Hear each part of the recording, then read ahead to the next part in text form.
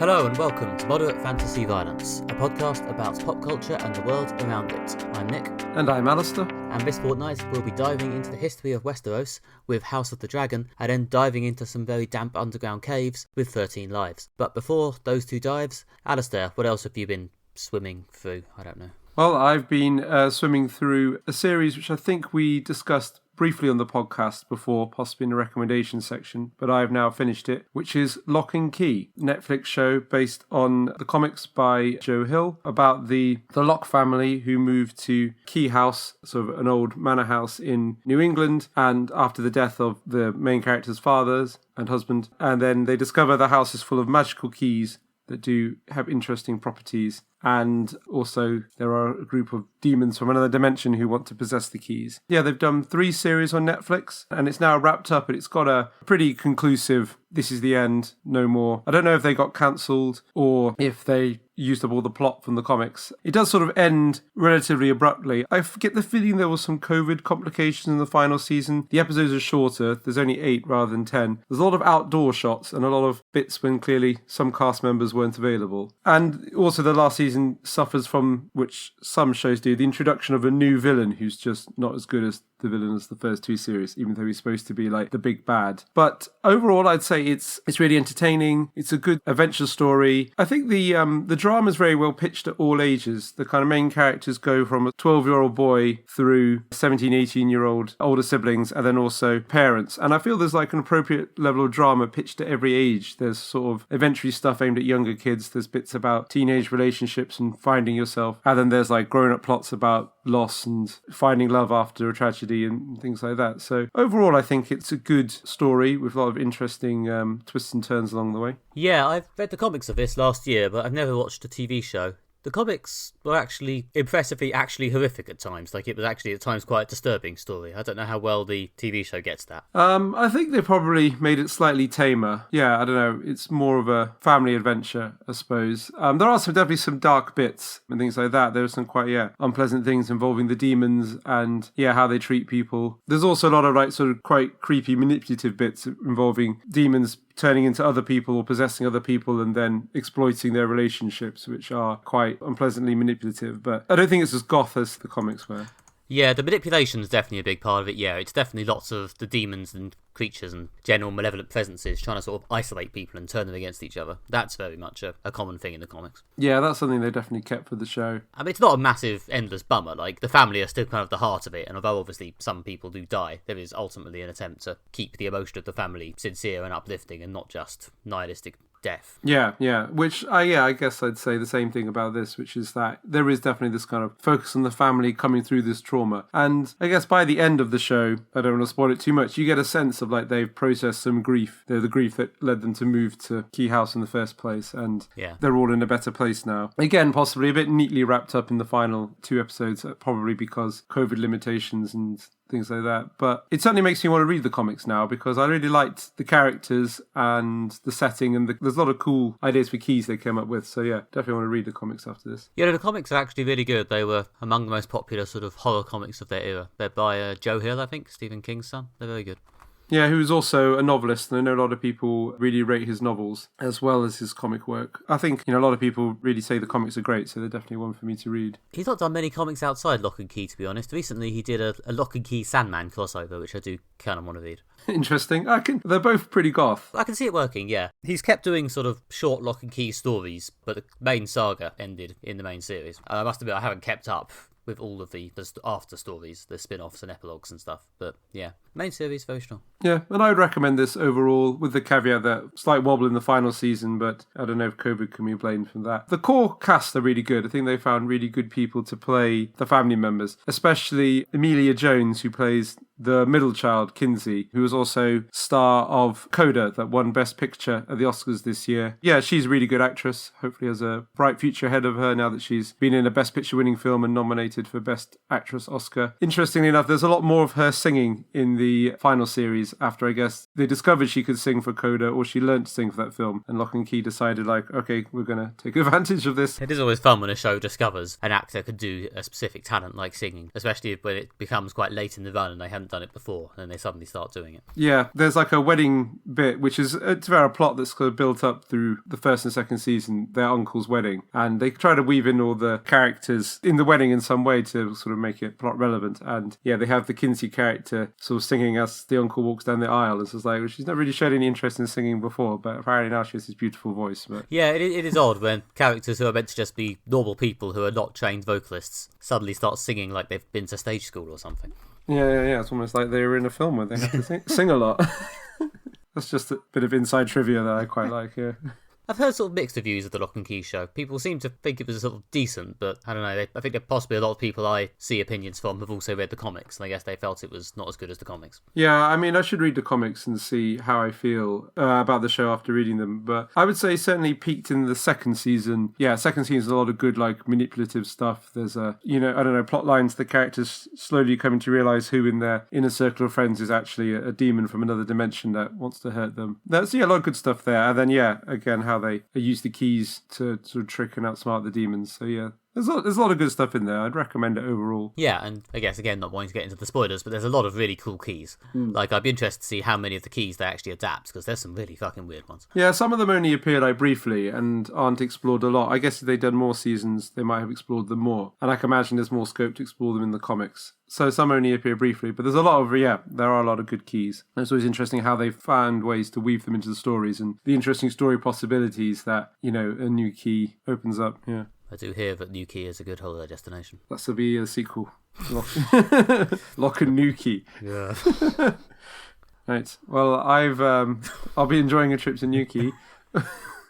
Nick, what have you been up to recently, and do you have a pun to go with it? Well, I have actually been watching something which has a vague holiday theme, in that I've been watching the most recent season of Westworld. This is, of course, the show about a theme park run by robots, where visitors can pretend they've gone to the Wild West and live out a fun experience of drinking in salons and shooting random people. Although, to be fair, it's the fourth season at this point, and they've somewhat moved past the whole Wild West theme park at this stage. It's mostly, I don't know, in the third season they moved it to be set more outside the theme park, and this year, if anything, they're almost moving back towards it. Like, after leaking outside into the population in season 3, the robots are really starting to exert themselves on the population in season 4, and I guess I shouldn't spoil it beyond that, but yeah, it's a very robot-influenced world in season 4. It's getting very odd. It's getting very certainly distant from reality. And to be honest, it's a lot more fun than season 3 was. Season 3, as I may well have said on the show at the time, I can't remember, was a bit, I don't know, their vision of the future was quite sort of generic and iPhone inflected, and it wasn't that exciting a place to spend a year. But season 4,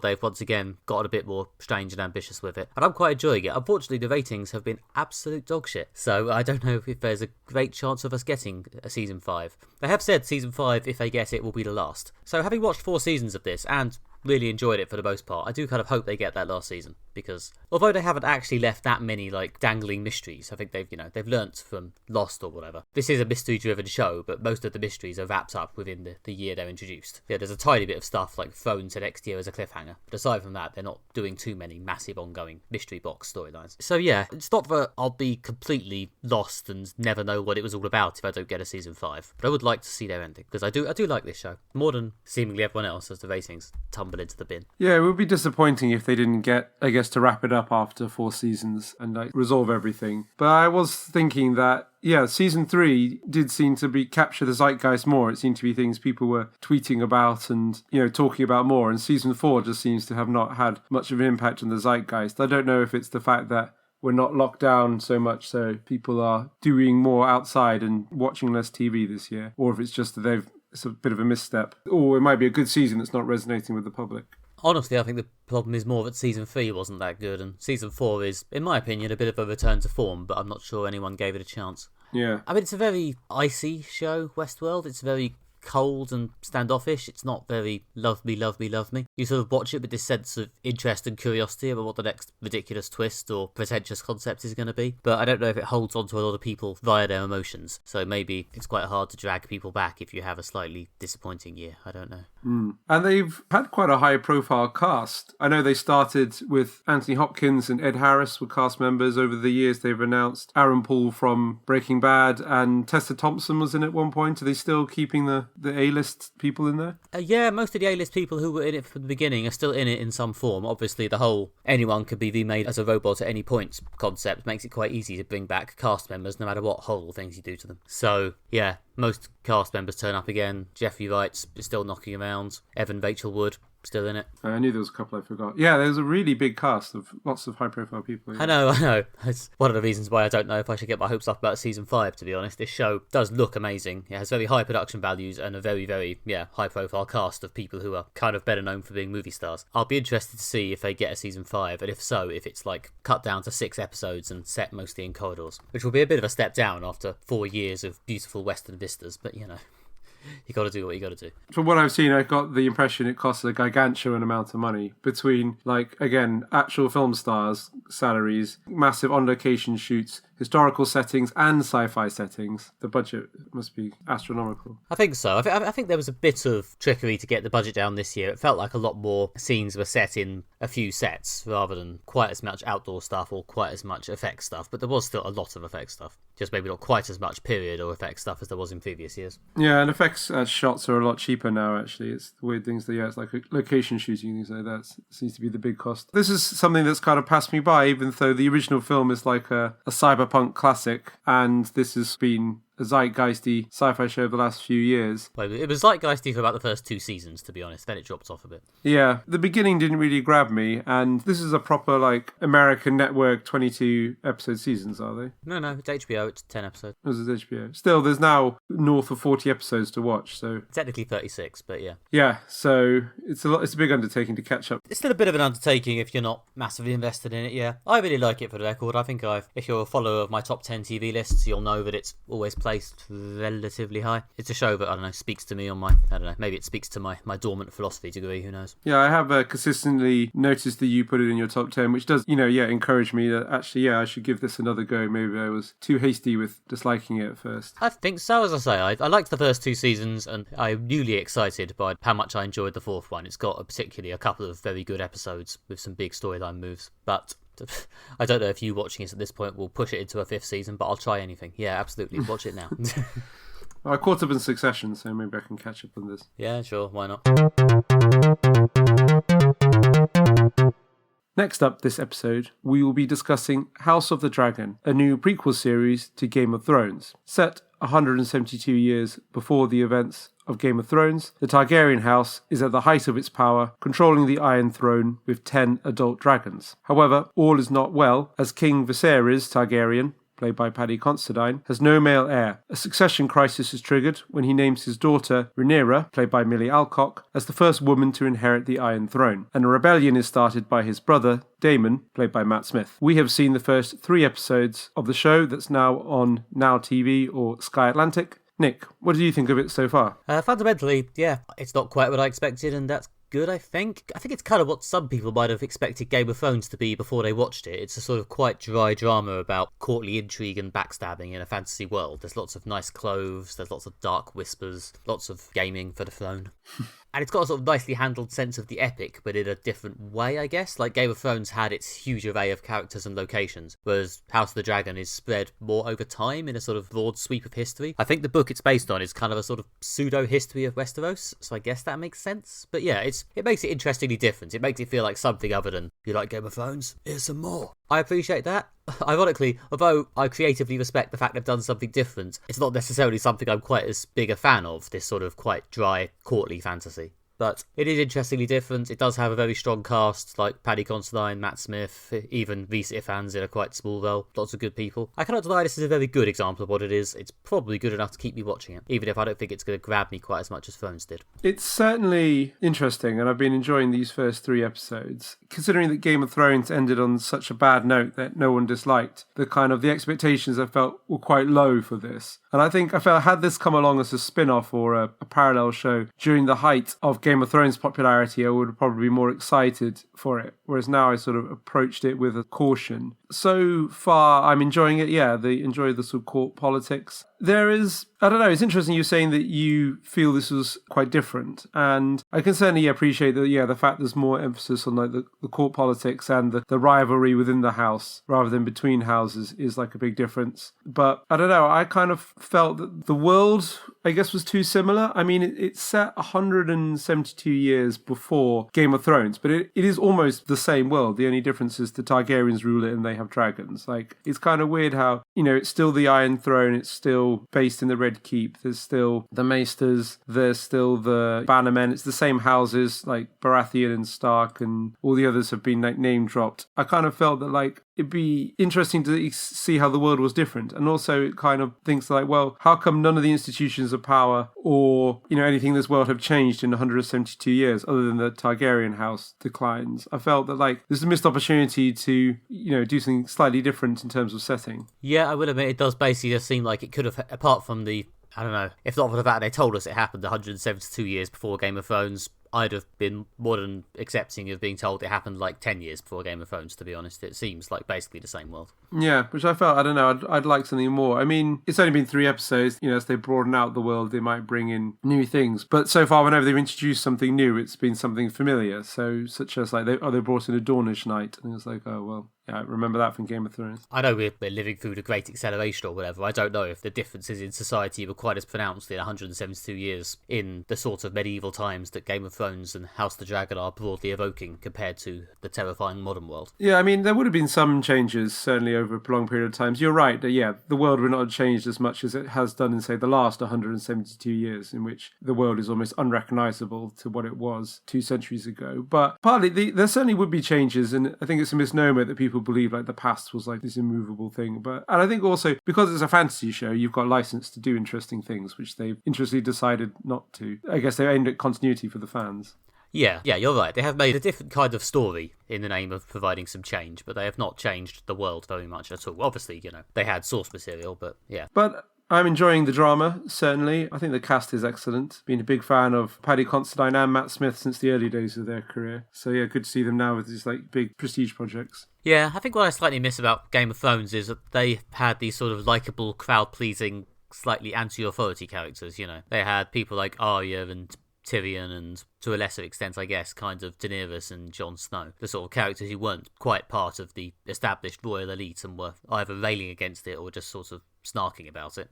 Yeah, plucky underdogs, which is obviously the big... Yeah, that's probably the word I was fishing for and failing to find. Yeah, the sort of underdog characters who you sort of liked. And here, everyone's just a dog. It's just a bunch of dogs scrapping. Yeah, over the Iron Throne. Yeah, I don't know. And it possibly makes it a bit less of a crowd pleaser. I don't know. Maybe this is just a pretentious way of complaining that there aren't as many quips. But yeah, they're into their sort of regal, measured tones here. With the possible exception, I guess, of the one sort of anti-crown character you kind of have, who of course is Matt Smith as Daemon Targaryen, the naughty brother. Even he isn't played as like a charming rogue, he's played as more of a sort of looming, angry character. Yeah, it's interesting to see Matt Smith playing like a character who's so like obviously unpleasant, after playing like the Doctor, who has a character of lots of charm and humour about him. So yeah, definitely playing against type. And he is impressively nasty in certain scenes. Yeah, it is odd. You could play this sort of character, especially when you got Matt Smith doing it, as this sort of almost abuser paradigm where he's like charming and then suddenly snaps to being horrible. But instead, he's basically horrible all the time. Yeah. Horrible and slightly smug about it. Yeah, he does do it very well. He does. He's still hamming it up a bit as this just absolutely awful character who, even when he's trying to not be awful, still comes across as awful. I mean, people have been making quips on Twitter for a while about how Matt Smith needs to fire his agent because he just keeps his post-Doctor Who projects, with the possible exception of his time in The Crown, have largely been slightly forgettable or shit. Yeah. The Crown was, that was a moment of like, he was at the centre of something that seemed to capture people's attention. Yes, The Crown, even if it was not something that appealed to me, was at least something that people actually watched, and the people who watched it seemed to like. Yeah, but he hasn't been like David Tennant, who had, a range of interesting projects, from some very successful Royal Shakespeare performances on the stage to obviously also being in Jessica Jones. And again, playing against type as a really unpleasant, creepy villain to show range after being the Doctor. Yeah, in fact, playing exactly the sort of character I just described. Yeah, exactly. But yeah, I'm enjoying the court politics of this. I must say, yeah, I think Millie Alcock's very good as Rhaenyra. Yeah, she's quite patronised and underrated in a way that could make you a likeable underdog, but she sort of keeps this stern, judgmental, regal manner up, which, again, stops her from actually falling into that role. Yeah, she comes across as quite entitled, because she's literally entitled to be, the queen one day. Yeah, but also she's kind of also the underdog or the outsider because she's a woman in the man's world of court power. I do think it's interesting how, they're exploring the sort of feminist or gender side of it, which is that, a woman has never sat on the Iron Throne before. People would view it as a problem if they did. And I think it relates to, if I remember my medieval history, there was a succession crisis caused in Britain or in England when Queen Matilda,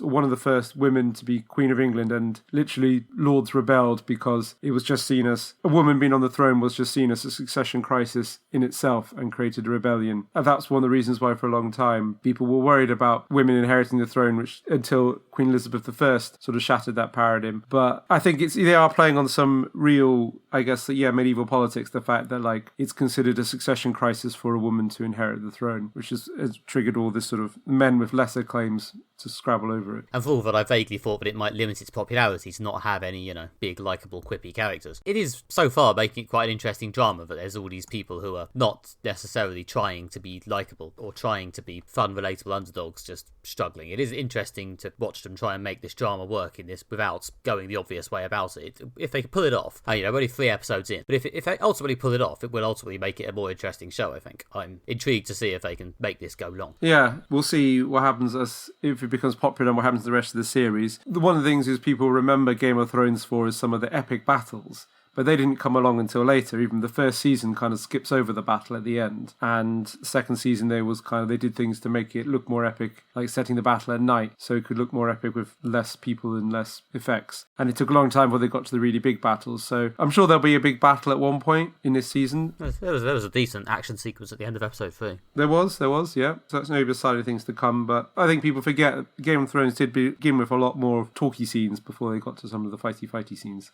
Yeah, and there's some use of time jumps in this, which are interesting. I think we've gone forward a few years over the course of the first 3 episodes alone. I'm interested to see if they're going to keep going and going and going with that. Yeah, Rhaenyra has a younger brother's been born, and now he's 2, things like that. So they're definitely showing, and obviously she's got to the age now when, I guess her father's looking to marry her off. So, that's a rising plotline. Yeah, I'm curious if they're going to go, full, again, to mention it a second time, The Crown, and, jump substantially forward at some point with, multiple recastings or whatever. Yeah, it'd be interesting to see. I don't know if they're going to cover a big, broad range of history, if the plan is to take this, is the plot of the whole show going to be just a succession crisis caused by this one king? Or will that be the plot of the first series and they're going to jump forwards and maybe the whole point of the show is to do that entire 172-year period and end with, the events immediately before the beginning of Game of Thrones? Well, yeah, the show's called House of the Dragon. You could arguably go all the way to the fall of the Targaryens, I guess, which was, what was it, the Mad King? The Mad King, yeah. The last Targaryen, who I think got killed by your man Jaime Lannister. So,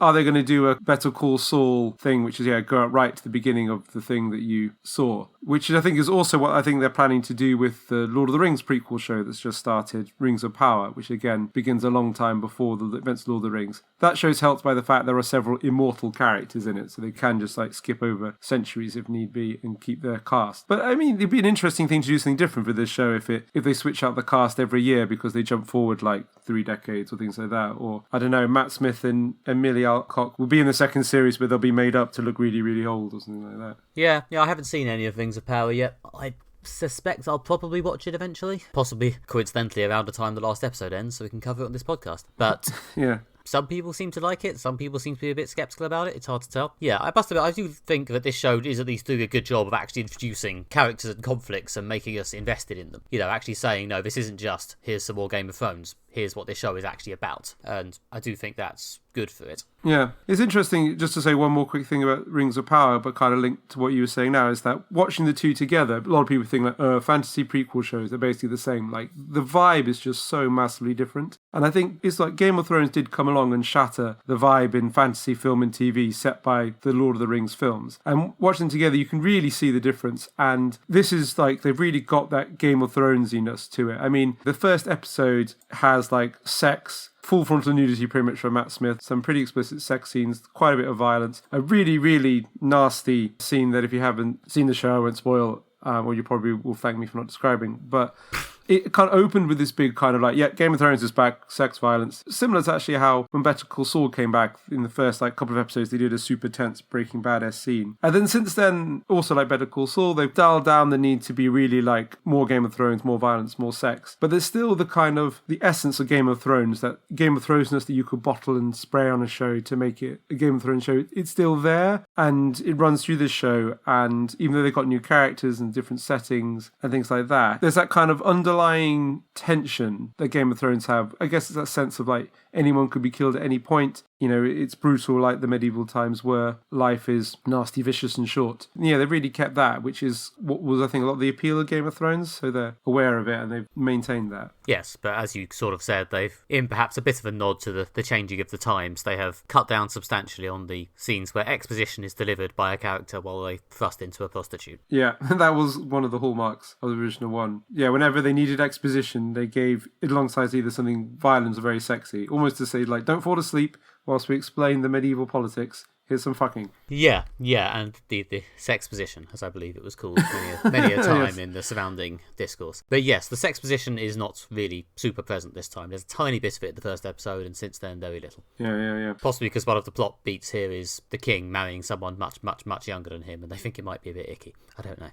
Yeah, that's the thing, yeah. They've learned some stuff, I suppose, from some of the reception of Game of Thrones. There's certainly less sexual violence in this show that Game of Thrones had. There's also more people of colour. I like how the Valyrian house are all played by people of colour, which kind of makes them look distinctive, but they still have the same white hair as the Targaryens. Yeah, they're called the two powerful houses from Valyria. Similar identity, but also looking different, so that's good. And yeah, they're exploring these feminist issues of women succeeding in the male's world and succession crisis caused by a woman inheriting the throne, so I'm sure someone somewhere is saying Game of Thrones has gone woke, but actually I appreciate the fact that like they're maybe aware of some of the criticisms that was levelled at the previous show. Yeah, I'm feeling it, I must admit. I think they've probably got me for the rest of the season. Again, we may well be covering it again on the podcast, I don't know. But this, I think, is a strong start. I don't know if I'm going to end up liking it as much as Game of Thrones, but I am going to watch it, I think. It is a decent show. Yeah, I agree with strong start. And the cast and the plot is good enough, say, to carry a season, so we shall see.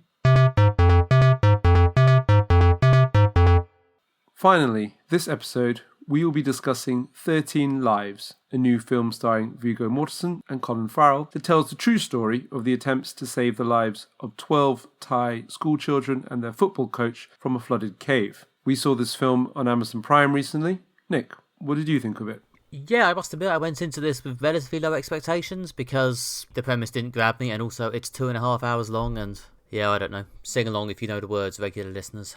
Why is it so long? Why? But you know what, yeah, this is a decent film. This is a sort of strong, well-balanced adventure rescue film. It sets out the limits of what the situation is quite well, and then it keeps you very much abreast of where they are in the cave and where they are in terms of all the obstacles they need to overcome and how much they've succeeded in and how much they still have to do and what the rising tension is. And yeah, it's very well-balanced. It's very watchable. I sat down to watch this fully intending to split it over 2, if not 3 sittings because it's quite a long film and I'm a simpleton whose attention span has been demolished by Twitter. But yeah, I went through the whole thing in a single sitting. I found it fairly gripping. So that's a pretty strong endorsement. Don't get me wrong, I still think it could have stood to lose half an hour of runtime. I very much do. But I would admit it is a very watchable film. I kind of wish I hadn't known the ultimate outcome before I went in, but I didn't know exactly how they did it, so that remained a surprise. And so yeah, decent film, solid core. I'm not sure if it's going to make my best movies of the year list, but it is a good solid watch. Yeah, no, I agree with all of that. I was surprised to discover how long it was when I sat down to watch it, and it does sustain the tension for that length of time. Yeah, it's not flabby and it is tense throughout, it moves quite quickly, which is like, when I realised it was this long, I thought, is there going to be a long bit of Colin Farrell and Viggo Mortensen fucking around before they get to Thailand to start their cave diving? And like, nope, it pretty much skips over that in about a few minutes. And then like, yeah, they're basically, they get the call, they're on the plane, then they're at the caves, and then they're trying to dive in within the first few minutes. And again, the start of the film, I thought, again, because of the runtime, but there might be about half an hour of, I don't know, characterising the victims or the kids or whatever before they went into the cave. But no, they're in there, again, in about 5, maybe 10 minutes maximum. Yeah. It's like, boom, kids trapped. It pretty much opens them playing football, and then one says, shall we go to the caves? And then And they do. They do. That's it for them. Yeah, so if for a long film, it's certainly not flabby, and it is really tense considering I knew what the ultimate outcome was, but still it sustains the tension. I kind of file it under. There was a few years ago when there were 3 films that came out at the same time. All of them you knew the ending, but they were still gripping and watchable. This falls in the same category. They were Lincoln, yep, they freed the slaves. Argo, yep, we know they get out with the hostages. And Zero Dark 30, like, yep, we know they're going to get Bin Laden at the end. But despite the fact that you know what's going to happen, you get caught with the attention of the film because it really grabs your attention with these characters and roots you in their story. And you really just get kind of sucked into seeing the world from the point of view of these taciturn, interior sort of men who are basically trying to solve the technical problem of getting these kids out. And you're so focused on them that you completely forget that you know how it's ending. You just focused on each step in their journey as it occurs. Yeah. I mean, the lead actors they're a good solid core. They do a good job of portraying their worldview. It suffers from the usual sort of real life movie thing, sort of, based on real events movie, of not wanting to get too far under the skin of the characters for fear of making it weird. But I think they do a good job of, establishing what they're like and establishing their attitude to the problem and sort of filtering the rest of the movie through that. My one negative note is there's very little internal conflict in the characters. There's very little characterization. As you say, I don't know if that's a reflection of these are real people from quite recent bit of history. They don't want to add, drama to these people's lives. But also partly, does it reflect the nature of what really happened in that there wasn't much conflict between the characters? They just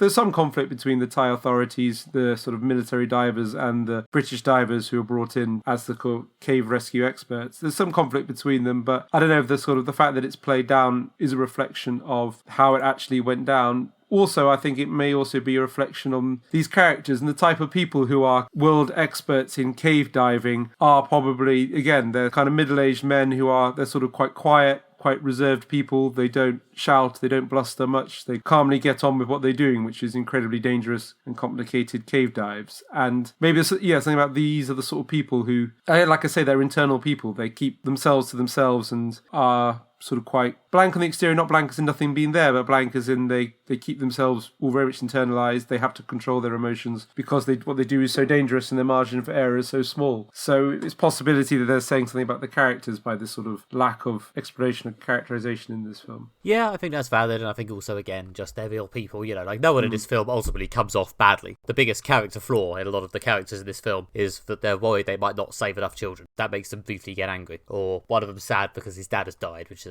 a pretty objectively fair thing to be sad about, which doesn't reflect badly on him. The closest to a negative characterization in this film is there is an element where the governor of the province in Thailand has basically been kept in place by the Thai authorities so that he can take the blame if this goes wrong, which I guess arguably that doesn't reflect amazingly on the Thai authorities, but also is probably a not unrealistic portrayal of how that kind of local politics works. Yeah, and to be fair, I think a similar thing would happen probably in the UK as well. Probably, yes. So, yeah, but you're right. Yeah, I think it's a reflection on the fact these been real people and how it went down. I thought that Viggo Mortensen and Colin Farrell were excellent. And also, Joel Edgerton playing one of the other divers, but especially the 2 leads in that they're almost like unrecognizable. They're very un-Hollywoody sort of performances. They're characters like quite plain looking people. They just sort of wear sort of like old t-shirts and stuff and diving gear.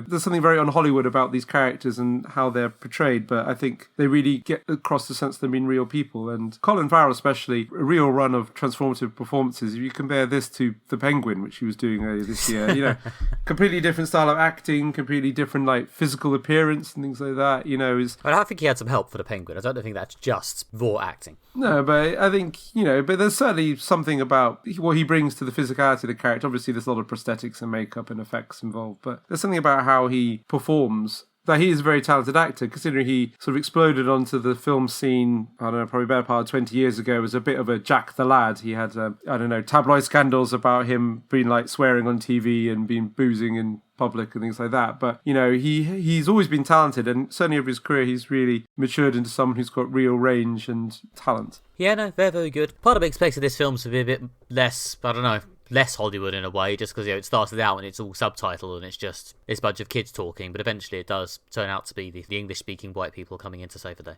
Yeah. which is, yeah, I guess. I mean, again, it's a real event that happened a few years ago. I have to assume that is what happened. Yeah, and I guess they do bring to the fore where they can Thai characters such as the governor, the head of the military divers. It's a bit focused on the families of the boys, especially one of the mothers who... There's a sort of, plot line of her spiritual practice.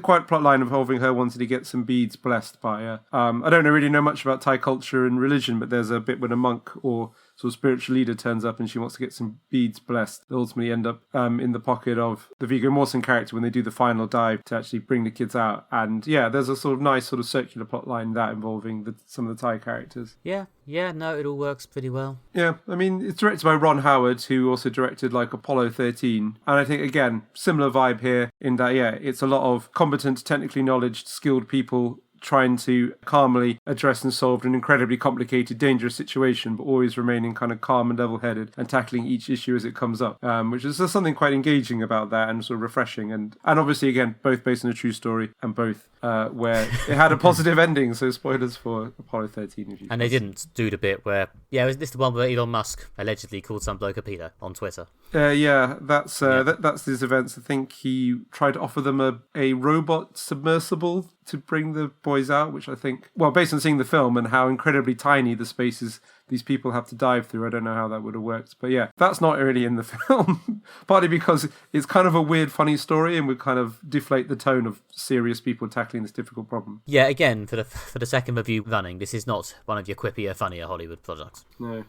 But, again, not really a criticism. Still kept me fairly engaged for 2.5 hours, despite my lingering wish for everything to be shorter. It is an astonishing story in that they did this. And like, when I was going into it, I was like, well, the solution is clearly you just dive in with diving gear, give it to each of the boys in turn, and then dive them out, isn't that? And then they get to say, like, well, yes, that is what they do, but it goes to that is incredibly complicated because it's such a difficult and dangerous network of caves to dive through. The big issue is they're like, well, yeah, these world-class cave experts can dive in and get to the boys, but in a day they can't teach a teenager to be one of the best divers in the world, which is the skill set you're going to need to get out. It really finds the drama in those small technical challenges or large technical challenges. Well, yeah, and there's a couple of sequences where, people who actually are adult divers, or adults at least, do try and do the same thing, but they would need the kids to do, and again, struggle and nearly die. So, yeah, the danger is pretty well established, again, as part of the good job they do in building the sort of environment around it. Yeah, exactly, yeah. It's one of the great strengths of the film. Yes, again, I don't know if it's going to sit with me, but I cannot deny this is very good and very well made. Yeah, I'd certainly recommend it, if you're interested in the subject or, obviously fans of the people involved. Well, these specific cave divers. I meant the technical, if you're interested in these. If you like cave diving, you've probably already seen it, but... Yeah, that's true. What I meant is if you're a fan of Viggo Mortensen, Colin Farrell, Ron Howard, the creative team. But I don't know. Yeah, I mean, this has got to be up there, one of the all-time great cave diving films of all time. It seems like a joke, but there probably are other cave diving films, and we just don't know what they're called because we're Philistines. There was that horror film, wasn't there? I don't know if they were cave diving, but there was that horror film that came out when I was a teenager about a group of women exploring a cave and discovering something awful in there. Was this a good, respectable film? I think it was. Yeah, it was. Okay, fair enough. It was like a horror thing, but it was what was it called? Was it called Into the Earth or something like that? I can't. Tastefully done. Okay, fine. I admit I underestimated the 90s there. 90s/early 2000s. I'll tweet out what that film is when I remember what it is. It's the only other cave film I can think off the top of my head, but the fact that there's two. I'm sure there's more. But yeah, there we go. Get involved, cave fans. Finally, another one for the Uva. Okay, and that was Moderate Fantasy Violence for this fortnight. Thank you very much for listening. If you have enjoyed this episode, then why not go to our website where you can hear other very similar episodes in which we talk about slightly different films, and then you can go to your podcast app of choice and leave us a nice 5-star review. Thank you very much. You can also find more of us on social media. Follow us on Twitter, where we are at MFV Podcast, or follow us on Facebook by searching for Moderate Fantasy Violence. You can follow me on Twitter, where I'm at Alistair J.R. Ball, or you can find more of my writing at redtrainblog.com. And you can find me on Twitter as at NickMB, or you can find out more about my tiny comics empire at nickbryan.com. Right, okay, and next episode on Moderate Fantasy Violence, we're going to be taking a short break from the cut, thrust and scream of modern pop culture to do one of our famous recommendations episodes, where we each recommend each other a thing and then we talk about it. And yep, as ever, certainly in my case, this will be something from our formative years or by a formative creator. So yes, it's time for my teenage years. It's time for another comic. And it's time for me to go, well, I sort of thought I've recommended Alistair comics over the course of the 170 plus episodes of this podcast by almost all of the writers who I've felt I'm a particularly big fan of or quite influenced by. You know, we've done Garth Ennis, Christopher Priest, Brian Bendis, Warren Ellis, Grant Morrison. We've done most of them. But the one I haven't really done is the writer J.M. DeMatteis, a writer known, I think, partly for his sort of slightly trippy, emotion-driven storytelling and partly also for his large amounts of superhero work on the character Spider-Man. He actually did do a lot of work during the Clone Saga, but because I want Alistair to have a nice time, I'm not going to recommend him anything from the Clone Saga. We are instead I'm going to go straight for the big easy win, and I'm going to recommend probably J.M. DeMatteis' most high profile, most successful and best reviewed work on Spider-Man, even though it technically came out when I was 3. So this is not something that I read as a teenager, this is something I read when I was about in my early 20s. But it is nonetheless a masterpiece, and it is certainly the best J.M. DeMatteis Spider-Man story I can cram into a single 6-issue collected edition. As many of you have probably already guessed, I am talking about Kraven's Last Hunt, the 6-part story by J.M. DeMatteis and Mike Zeck, published in 1987, featuring a climactic battle between, of course, the Amazing Spider-Man himself and his long-time, slightly silly-steaming, Tarzan-styled villain, Kraven the Hunter. Kraven the Hunter, of course, is also starring in one of those weird Spider-Man spin-off villain movies, where I believe he'll be played by Aaron Taylor-Johnson. So if nothing else, it's good prep for when we probably don't cover that. We might have to. Depending on what else is coming out at the time. I can change my recommendation if that stops that happening. Yes, we will debate the Kraven movie off air, but Kraven's Last Hunt we are definitely covering next episode. Have a nice time, Alistair. Oh, that's great. Yeah, well, I know you're a big fan of Spider-Man, and Spider-Man's been a big part of your childhood and things like that. So yeah, I'm excited to read some more Spider-Man. I think we've not done a Spider-Man recommendation since the Amazing Spider-Man run we did way back in the early days of the podcast. You mean Ultimate Spider-Man? Yes, Ultimate Spider-Man, sorry, yes. That's the one by Brian Bendis, yes. That's 2000 Spider-Man, and that was a sort of out-of-continuity relaunch thing. Yes, yeah, I remember now, yeah. Whereas this is the old-school, long-standing Marvel continuity Spider-Man, shortly after his marriage to Mary Jane, having a traumatic time. Okay, well, I'm excited for this. It's the 80s. It was a dark time in comics. Have fun. Great. Well, my recommendation to you is also from the 80s and also a childhood favourite of mine, or something that was very formative to me. So I'm going to recommend you a classic Doctor Who adventure. Ah, sweet. So yeah, we've done one classic Doctor Who adventure before, which was Genesis of the Daleks. This time I'm going to recommend you Earthshock, which is from 1982. It's from the Peter Davison era. It's definitely a classic, much beloved by Doctor Who fans. Probably less well known than, say, Genesis of the Daleks, but it's it's an absolute classic. I don't want to say too much because it's probably best you, I guess, come to it knowing as little as possible. The title doesn't give much away. But yeah, it's definitely one of my favourite ones that I watched, when I was sort of like 10, 11 years old, and it's stuck with me over the years. And it's a well-respected classic Doctor Who adventure, so I hope you enjoy. Okay, yeah, probably about time I watched more than one classic Doctor Who story. And this is also a good build-up for the Doctor Who special, which will be coming out in a few months with the end of the Jodie Whittaker era. So it's good to visit some classic Who at this time when Who's in the mind. Okay, well, in that case, there you go. That's what we're doing next episode. We will see you in 2 weeks for the 80s. Goodbye. Bye.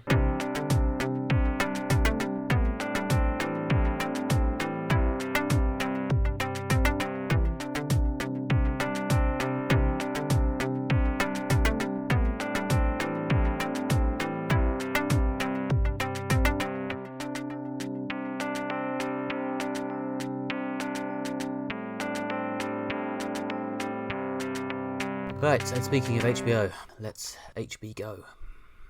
See, you found the pun in the end. I did, yes. It wasn't great, but I did find it.